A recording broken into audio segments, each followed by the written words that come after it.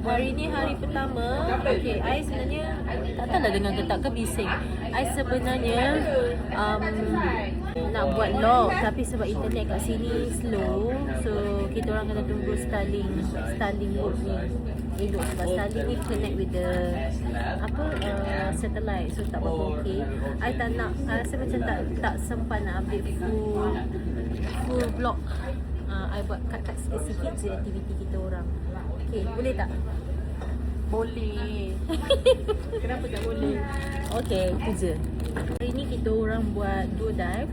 Satu dive pergi mana Bidadari. Second dive we go apa setan? Sebayo. So first tu air hijau sikit, macam diving dekat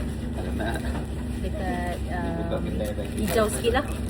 Yang second tu kita mostly kita sebenarnya buat sunset. So naik dah gelap, tapi sunset masa naik tu sebenarnya cantik. Nanti aku tunjuk video, I buat sikit-sikit je. Okay? Oh, by the way, makan kat sini sedap kan? Sedap kan? Sedap kan? Lupakanlah sampai nak gurus sebenarnya. Sedap kan? Makanan sedap kan? Walaupun dia makan paling sikit. Sedap kan? Sedap kan? Kenyang. Sedap kan? Terdiam. Dah terdiam dah semua. T-shirt on it. Yeay! Sweater. So for the t-shirt, please not on your size.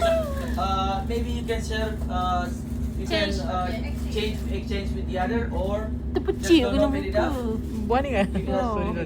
Give it back to us. Thank you. Love.